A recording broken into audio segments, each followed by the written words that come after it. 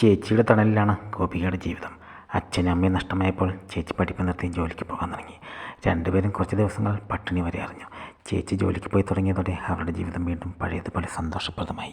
പക്ഷേ ഗോപികയുടെ ആഗ്രഹങ്ങൾക്ക് അതിരുകളില്ലായിരുന്നു. ഒരു smart phone ചോദിച്ചപ്പോൾ ചേച്ചി വാങ്ങിക്കൊടുത്തില്ല.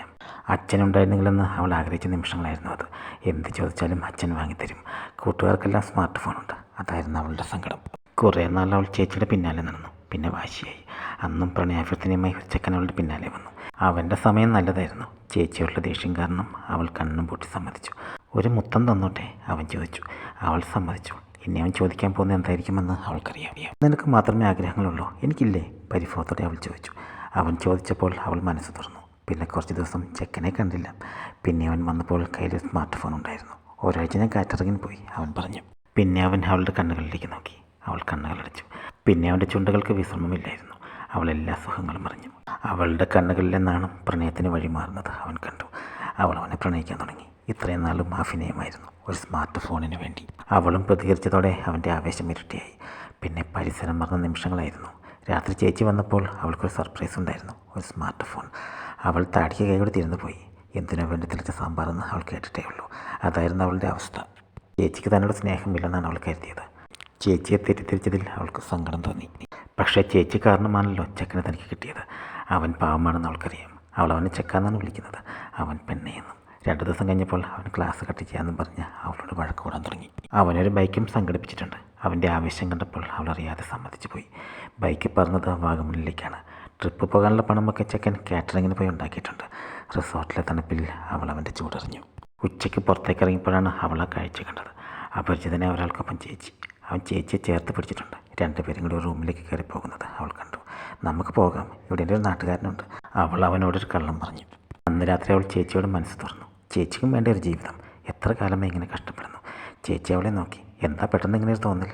ആരെങ്കിലും മനസ്സിലുണ്ടോ? ചേച്ചി ചോദിച്ചു. എനിക്കും അത് തന്നെയാണ് ചോദിക്കാനുള്ളത്, കള്ളച്ചിരിയോടെ അവൾ പറഞ്ഞു. എന്തോ കള്ളത്തരം കണ്ടുപിടിച്ചവരാണ് പെണ്ണിൻ്റെ സംസാരം. എന്താടി മനസ്സിൽ എന്തെങ്കിലും ഉണ്ടെങ്കിൽ തെളിച്ച് പറ. ചേച്ചി ദേഷ്യപ്പെട്ടു. ചേച്ചിയെ ഒരാളുടെ കൂടെ വാഗമണിൽ വെച്ച് കണ്ടെന്ന് എൻ്റെ ഒരു കൂട്ടുകാരൻ പറഞ്ഞു.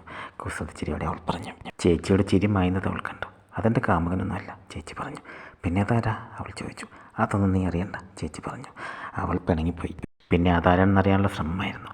ചെക്കനും സഹായിച്ചു. അത് ചേച്ചിയുടെ കമ്പനിയിലെ മാനേജറാണ്. അന്ന് രാത്രി അതിൻ്റെ പേരിൽ അവൾ ചേച്ചിയോട് വഴക്കിട്ടു. സ്മാർട്ട് ഫോൺ വേണമെന്ന് പറഞ്ഞ് വഴക്കിട്ടപ്പോൾ അതിനുള്ള വരുമാനം കൂടി നീ പറഞ്ഞു തരണമായിരുന്നു. എൻ്റെ മുന്നിൽ ഇതേ മാർഗമുണ്ടായിരുന്നുള്ളൂ, ചേച്ചി പറഞ്ഞു. അവൾ ഞെട്ടിപ്പോയി. അവൾ ഫോൺ തിരിച്ചു കൊടുത്തു. എനിക്ക് വേണ്ടി ചേച്ചി ഇനി മറ്റാരുടെയും മുന്നിൽ തലകുനിക്കണ്ട. ചേച്ചിക്ക് ഇഷ്ടമുള്ള ഒരാളെ കൂട്ടിക്കൊണ്ടുപോവാ, ഇല്ലെങ്കിൽ ഞാൻ കല്യാണം കഴിച്ച് പോകുമ്പോൾ ചേച്ചി തനിച്ചാവും, അവൾ പറഞ്ഞു. അവൾ മനസ്സ് തുറന്നു. എനിക്കൊരാളെ ഇഷ്ടമാണ്. അത് ശരി, എന്നെ കല്യാണം കഴിപ്പിക്കാൻ നോക്കിയത് അതിനുവേണ്ടിയാണല്ലേ? ചേച്ചി ചോദിച്ചു. ഞാൻ കണ്ടുപിടിച്ചത് എൻ്റെ പ്രായത്തിന് ചേരുന്ന ഒരാളെയാണ്. ചേച്ചി കണ്ടുപിടിച്ചത് ഒരു തൈക്കളവനെയല്ലേ? കുസൃതിച്ചിരിയോടെ അവൾ ചോദിച്ചു. അതാണ് സേഫ്, അതുകൊണ്ടാണ്. നീ പണങ്ങി നടക്കുന്നത് കണ്ടപ്പോൾ ശരിക്കും സങ്കടമായി. അതാണ് ശരിക്കുള്ള കാരണം, ചേച്ചി പറഞ്ഞു. അവൾ നിശബ്ദയായി. ചേച്ചിയുടെ കൂടെയുള്ള ആളെ കണ്ടുപിടിച്ചതിന് ശേഷം ചെക്കൻ ഇതുവരെ കണ്ടിട്ടില്ല. എന്ത് പറ്റിയെന്ന് ഒരു പിടിയുമില്ല. അവൾ വിളിച്ചപ്പോഴെല്ലാം അവൻ ബിസിയാണ്. ഒടുവിൽ അവൾ വഴക്കിട്ടപ്പോൾ അവൻ പറഞ്ഞു, തൻ്റെ ചേച്ചിയുടെ കൂടെ കണ്ടത് എൻ്റെ ഡാഡിയെയാണ്. അവൾക്ക് ചിരിക്കണോ കരയണോ എന്നറിയില്ലായിരുന്നു. തനിക്ക് ഡാഡി മാത്രമേ ഉള്ളൂ എന്ന് അവൻ പറഞ്ഞിട്ടുണ്ട്. നീ ജോലി കിട്ടി പോകുമ്പോൾ അച്ഛൻ തനിച്ചാവില്ലേ?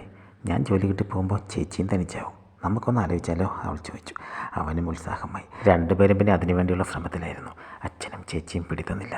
ചെക്കൻ പിണങ്ങി നടക്കാൻ തുടങ്ങിയപ്പോൾ അച്ഛൻ സമ്മതിച്ചു.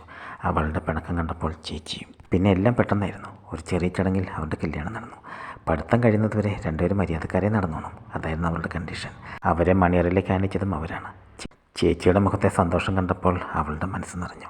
അച്ഛൻ്റെ സന്തോഷം കണ്ടപ്പോൾ അവൻ്റെയും. നമ്മൾ വിലക്കിയാലൊന്നും അവർ നിൽക്കില്ല. എത്രയും പെട്ടെന്ന് കല്യാണം നടത്തി കൊടുക്കണം, ചേച്ചി ഭർത്താവിനോട് പറഞ്ഞു. അത് പിന്നെ എനിക്കറിയില്ലേ, നാളെ തന്നെ സമയം നോക്കാം, അയാൾ പറഞ്ഞു. ആദ്യമല്ലാത്തതുകൊണ്ട് 2 പേർക്കും അമിതാവേശമൊന്നുമില്ലായിരുന്നു. പക്ഷേ അയാൾ പിന്മാറിയപ്പോൾ അവളുടെ കണ്ണുകളിൽ സംതൃപ്തിയുടെ തിളക്കമുണ്ടായിരുന്നു. പഠിത്തം കഴിയുന്നവരെ കാത്തിരിക്കണമെന്ന് പറയുന്നത് കുറച്ച് ക്രൂരതയല്ലേ? ചെക്കൻ അവളോട് ചോദിച്ചു. അതിനാരാ കാത്തിരിക്കുന്നത്? നീ ഇപ്പം എന്താ ചെയ്യണേ? കള്ളച്ചിരിയുടെ അവൾ ചോദിച്ചു.